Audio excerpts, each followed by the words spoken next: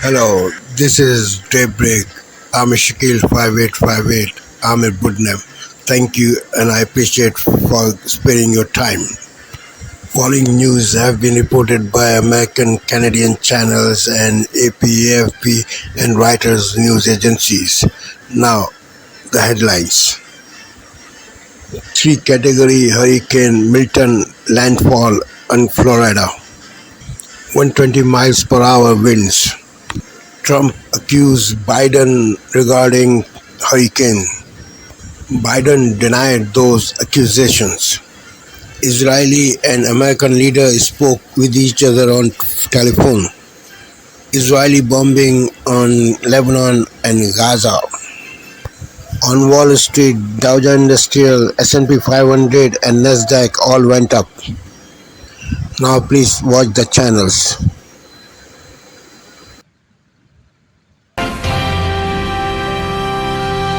Good evening. I'm Jeff Bennett. And I'm Amna Nawaz. On the NewsHour tonight, Hurricane Milton hits Florida's west coast with life-threatening storm surge and potentially catastrophic winds.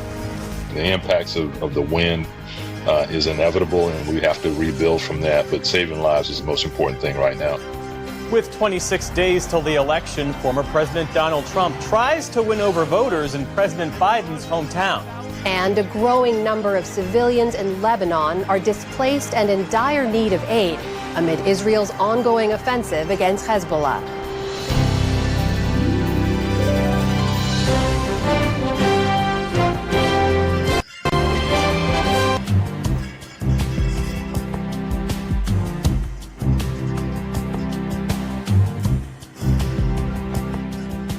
We begin the day's other headlines in Gaza, where Israeli strikes on the center and north of the territory have killed dozens of people. One of the attacks struck a hospital in Gaza's Jabalia refugee camp, where Palestinian officials say at least 9 people were killed, including women and children. Today, President Biden and Israeli Prime Minister Benjamin Netanyahu spoke by phone for the first time in 7 weeks. Vice President Harris also took part. The White House called that 30-minute call productive and direct and said the U.S. remains supportive of Israel as it weighs how to respond to a recent missile attack. Able to do that, and that support continues. On that Iran attack, Israeli Defense Minister Yoav Gallant said today that the country's retaliation against Iran would be, quote, lethal, precise, and above all, surprising. Iran launched nearly 200 projectiles at Israel last week, increasing tensions between the two nations. Here in the U.S., talks between Boeing and striking workers have stalled after the plane maker withdrew its latest contract offer. It reportedly included a 30% raise over 4 years, along with other benefits. The union says it surveyed its members who overwhelmingly rejected the proposal. Boeing said the union's demands are, quote, far in excess of what can be accepted if we are to remain competitive as a business. The strike by some 33,000 factory workers is nearing its 4th week. No new negotiations are planned. The Nobel Prize in Chemistry went to 3 scientists whose work ushered in a better understanding of proteins, the building blocks of life. A committee in Sweden recognized David Baker of the University of Washington in Seattle. He created a computer program to design proteins that don't exist in nature. The award is also shared by Demis Hassabis and John Jumper of Google DeepMind. Their artificial intelligence model can predict the structure of previously discovered proteins, all 200 million of them. At Google's AI lab in London, where the pair is based, Jumper explained just how powerful the technology can be. This is something done all the time by research biologists, and it takes them a year or more to get a single answer. And we have a program that gives an answer that's, reasonably close in quality and does it in 5 or 10 minutes. Their work holds the potential to transform how medicine and vaccines are made. It's also the second Nobel this week honoring advancements in AI. Tomorrow, the Nobel Prize in Literature will be announced. Las Vegas said goodbye to the legendary Tropicana today in an early morning extravaganza. The hotel and casino went out with a boom in a controlled implosion. Its towers tumbled to the ground as drones lit up the sky. The farewell was just as flashy as the Tropicana's early days. It opened in 1957 and was the most expensive hotel built in Las Vegas at the time. The Tropicana was once known as the Tiffany of the Strip for its opulence and was a regular hangout for the legendary Rat Pack. It was also known for its mob ties. The Tropicana closed in April to make way for a new baseball stadium for the relocating Oakland Athletics. On Wall Street today, the major markets bounded higher thanks largely to gains in tech stocks. The Dow Jones Industrial Average jumped more than 400 points, or about 1%. The Nasdaq added about 100 points, and the S&P 500 closed at a new all-time high. And finally, we have a passing of note. Lily Ibert, a Holocaust survivor, author, and later in life, a prolific educator through social media, has died. Ibert's mother and two siblings were killed at the Auschwitz Nazi concentration camp, and she vowed to make her tale of survival a lesson for millions. Her memoir, Lily's Promise, was a New York Times bestseller, and she took her message online through a TikTok account she shared with her great-grandson, reaching 2 million followers. For her contributions to Holocaust awareness, she was honored by Britain's then Prince Charles, and last year was made a member of the Order of the British Empire. Lily Ibert was 100 years old. Still to come on the NewsHour, the Supreme Court hears a death penalty appeal. A look at the only county that's voted for the winning presidential candidate in every election since 1980. From underdog to undefeated, the inspirational story of a deaf school's football team, plus much more. This is the PBS NewsHour from the David M. Rubenstein studio at WETA in Washington, and in the West from the Walter Cronkite School of Journalism at Arizona State University.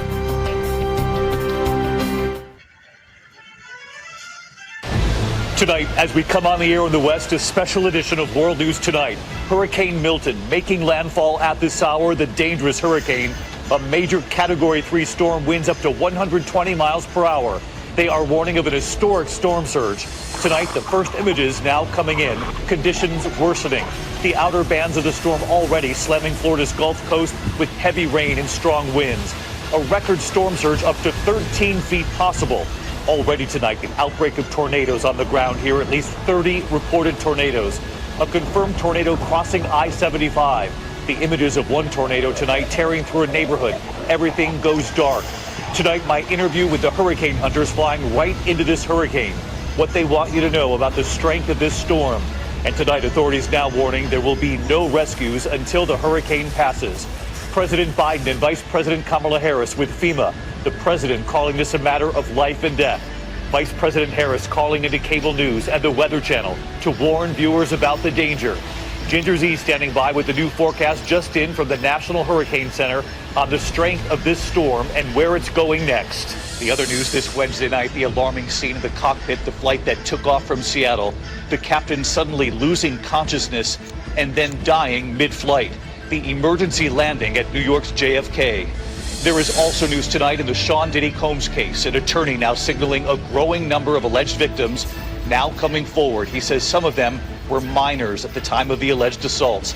At least 120 accusers now, women and men. What Sean Diddy Combs is now asking for from the judge.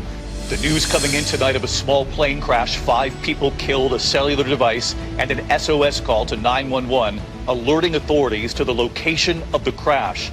Tonight, a well-known actress revealing her battle with breast cancer. Also tonight here, a Las Vegas landmark comes crashing down for good. You'll see the images. And of course, our team right here in the hurricane zone at this hour. A special edition of World News Tonight for the West Coast starts right now. From ABC News.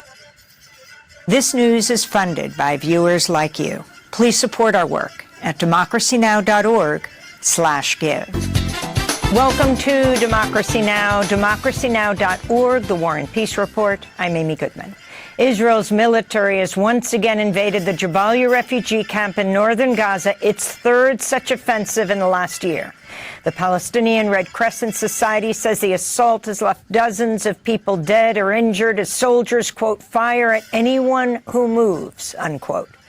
The Palestinian Ministry of Health reports Israeli troops surrounded the Kamal Adwan hospital and gave medical workers 24 hours to completely empty the hospital of patients and staff. Israel issued similar orders to the Indonesian and Al-Auda hospitals. The orders threaten to collapse the healthcare system for an estimated 400,000 Palestinians who remain trapped in northern Gaza. In central Gaza, mourners gathered in Deir al-Balah earlier today to pray for 17 people killed when Israel bombed tents housing displaced people in the Nuseirat and Burej refugee camps. This is Raghab al-Khalidi, who carried the body of his young nephew Hossam, who was killed in the attack. They were sleeping safely. Why are they targeted with 2 rockets? What fault did they commit to be targeted with 2 rockets? Why should we have to get them out of the fire? Israel's military continued its devastating attacks on Lebanon overnight with massive explosions reported in Beirut's southern suburbs and the Bekaa Valley. The bombings compounded the misery of displaced families, many of whom have been forced to find shelter in open-air encampments in Beirut streets. We fled from the bombing, from the rockets that were coming at us. Our homes were destroyed. Come and see the people who are displaced here. They have been humiliated. Is there anyone who is not scared of war? Especially that we have a child with us. God help us and God help the people. Earlier today, tonight from the storm zone in Florida, the eye wall from Hurricane Milton moving onshore here on the state's west coast. Milton battering Florida's west coast, unleashing a terrifying tornado outbreak as it closes in. A massive police facility collapsing. The hurricane growing in size, now a major Category 3 storm with 120-mile-per-hour winds and expected to bring flooding rains, damaging winds, and up to 13 feet of life-threatening storm surge. President Biden warning it looks like the storm of the century. Hundreds of thousands already without power. Millions urged or ordered to evacuate. The highway jammed. Many gas stations running out of fuel. The National Weather Service warning now is the time to shelter in place. Al Roker with the new track as we come on the air. Also tonight, the storm impacting the race for the White House. FEMA racing to reassure those in Milton's path on the heels of the devastation from Hurricane Helene. Kamala Harris slamming Donald Trump over the misinformation he's spreading about the storm. Our full team coverage here in Florida begins now. This is NBC Nightly News, reporting to At this hour, the breaking news right now, Hurricane Milton is making a landfall as a Category 3 monster storm. Let's go now to CBS's Jonathan Vigliotti. He is in Tampa. Good evening, Jonathan. How are the conditions there? Yeah, Nora, we're really feeling the power of this storm. Wind gusts easily exceeding 80 miles per hour. Just look at it ripping through these trees. Already more than half a foot of rain has fallen. There's a lot of flash flooding when all is said and done. We're expecting anywhere from 12 to 18 inches of rainfall. We're here in downtown Tampa. You can see the roads are clear. You can really see the rain as it rips through here. For those that have chosen not to evacuate, they're going to be riding out a storm that the mayor has called unsurvivable. A number of threats, obviously the wind, you've got storm surge, and then something that we have noticed, all of the storm debris from Hurricane Helene, which hit here 2 weeks ago. This community was in the middle of cleaning up when it had to drop everything. Now you got that debris, you have this wind, you have deadly projectiles. You have thousands of first responders that are here right now staged. They are taking shelter. They are not going to be activated to any emergency calls because of the threats that exist. That means if a call comes through, it's going to have to wait until after the hurricane passes. Meanwhile, 50,000 linemen from all over the country are here in Florida from as far west as California to help restore the power once the coast is clear. Warnings right now from officials that it could take several weeks. And when you look at this wind, already power outages, you can understand a big cleanup ahead, Nora. That's our Now, we're going to take you back to on the ground in Florida all night long as we do monitor Hurricane Milton. But first, after nearly 4 years of skipping hurricane preparedness briefings, missing them, skipping them, not being there, ignoring every major storm in the country, Vice President Kamala Harris is suddenly pretending to care. And almost a full 2 weeks after the disaster caused by Hurricane Helene, let's be very clear here. Harris and Biden's response to Hurricane Helene, to this devastating hurricane, has been the absolute worst in American history. But now we're on the verge of an election, a rare sighting today. Kamala Harris actually attended a hurricane briefing, but it did not exactly go well for Kamala. She stumbled and stammered over her words while trying so hard to sound so well informed, which she's not. At one point, she even tried to talk to a staffer on a hot mic by covering her mouth like this with her hands. Take a look. To the people of Florida, and in particular the people of the Tampa region, we urge you to take this storm seriously. For some of these type of traditional places that could flood, we really got to watch those areas and those communities. So it takes quite a while for that water to drain. Thank you very much. Hey, Ken, I have a question for you. You mentioned words matter, and I know there is a lot of media following this briefing. For almost 4 years, she never once called Governor DeSantis, not one time when there was a hurricane in the state of Florida, not once. And then she tried to politicize it this week. And, well, meanwhile, Governor DeSantis was on my radio show today. He has over 50,000 people staged to follow in right after this hurricane that's going to work its way across the state tonight. Now, that awkward showing by Kamala, one of many of, her recent public appearance disasters. After barely even talking off script for months, Harris is now suddenly participating in a flurry of interviews with her friends in the state-run media mob. And we have speculated since Monday that her internal polls must be atrocious. And today, we had a little confirmation. Not exactly a conservative. Journalist Mark Halpern. Listen to what he had to say. What's happening now with Kamala Harris is this is an experiment. Can you win a short campaign with an untested candidate? And what I'm telling you is happening in private polling is she's got a problem now, okay? It's not cheering for Trump. It's not predicting Trump will win. She's got a problem.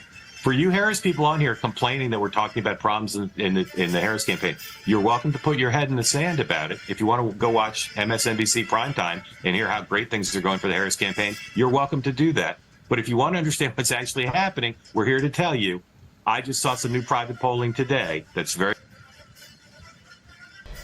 But elections, I think, are won on vibes because one of the old saws is they just want somebody they can have a beer with. So would you like to have a beer with me so I can tell people what that's like? Okay. This was... Now, we asked ahead of time because I can't just be giving a drink to the Vice President of the United States without asking. You asked for Miller High Life. You asked for Miller High Life. I'm just curious. Okay, the last time I had beer was at a baseball game with Doug. So cheers. Cheers. There you go.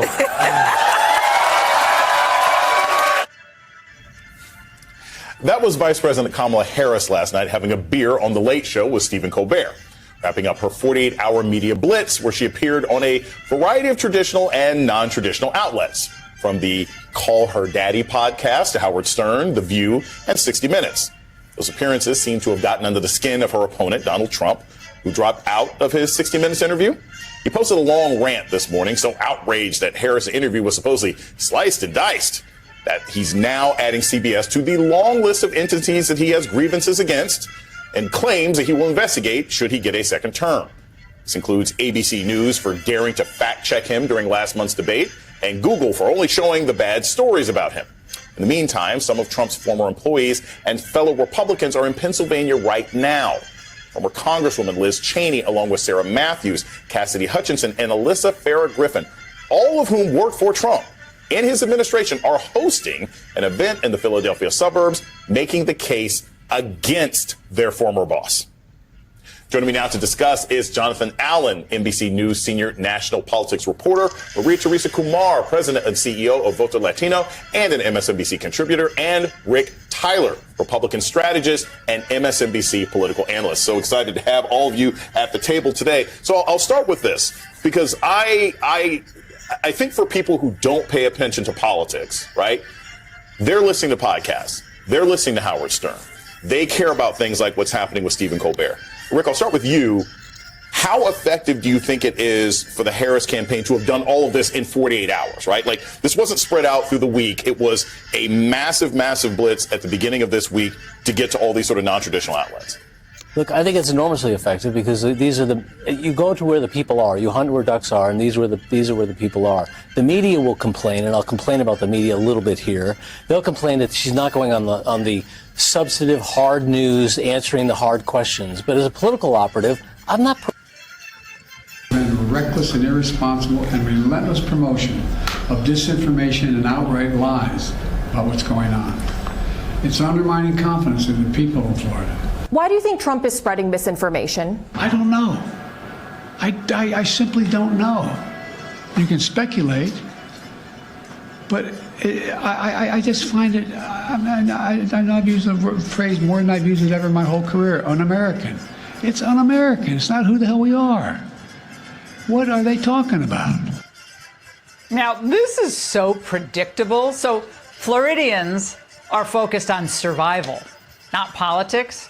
But Democrats and their media lackeys were busy with another type of disaster relief today, a rescue operation for Kamala's campaign. As they have so many times before, they're trying to deflect and even silence their political opponents. And Kamala seems like she's desperately trying to turn the page from her underwhelming media tour, so she jumped on the disinfo bandwagon. Are we concerned about any misinformation or disinformation regarding evacuations that we need to clear up at this point? There's been a lot of misinformation out there, Madam Vice President, that's for sure. But what is all of this misinformation they're so worried about? Former President Trump has led this onslaught of lies. Assertions have been made that property is being confiscated. It's simply not true. Oh, wait. Where did Biden find people saying that property is being confiscated? Well, after some digging, we found the White House sourced a single Twitter account with fewer than 5,000 followers for that bit of misinformation. So if anyone is amplifying disinformation from fringe sources, it's the Democrats themselves and Biden.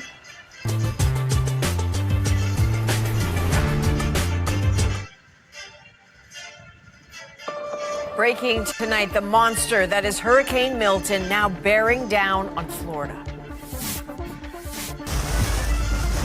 There's no more time to run. The life-threatening storm pounding the Gulf Coast after spawning tornado after tornado. This hurricane is going to pack a major, major punch. The dangerous hours ahead. Our team is in the storm zone.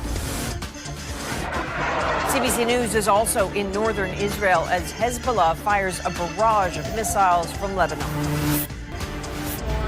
And a new warning about all those influencers and all their fitness advice. If you're not doing lymphatic massages every morning, this is why you're bloated. Why you may want to just keep scrolling.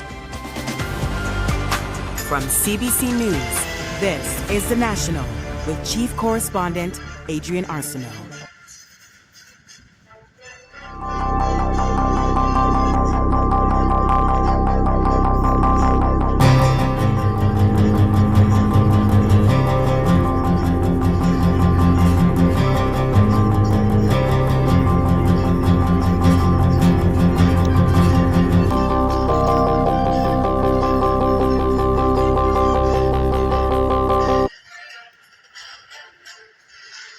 I'm Morella Fernandez. Thanks for watching tonight. It is Fright Night in Florida. Hurricane Milton made landfall on the state's southwestern coast as a Category 3, bringing with it winds reaching more than 200 kilometers an hour. Surging waves have already flooded out some communities, and it is the storm surge that is the most threatening. More than 7 million people were asked to clear out of their homes around Tampa Bay. But Milton has rotated south tonight and made landfall in a place called Siesta Key, south of Sarasota. All right, let's bring in Sheriff Kurt Hoffman of the Sarasota Police Department. He joined us to talk some more. Sheriff, how is it outside? How are the conditions outside of where you are? Yeah, it's deteriorating by the minute. We're here at our headquarters building, just about a half mile from our emergency operations center. I've lost power 3 times waiting to come on this call, so if it goes dark behind me, just bear with me and the generator will kick in. But we're sustained 70-mile-an-hour winds at this point, still probably an hour or more before landfall. We know we have a lot of folks from Canada here in Sarasota, and people back home are probably wondering, but we have our assets staged and we're prepared as soon as it's safe to go back out to get out there and do search and rescue operations. My understanding is that you were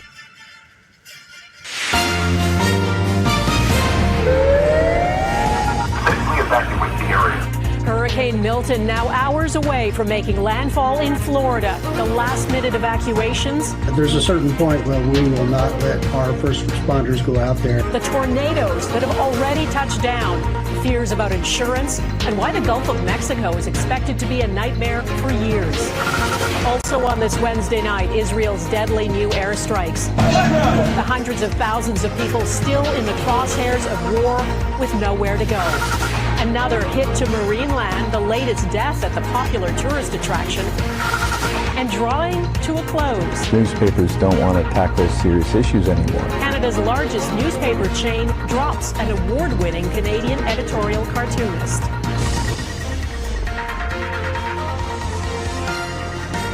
Global National with Donna Friesen. This is St. Petersburg. Thank you for sparing your precious time. This is Amir Shakil. Have a good life. Bye-bye.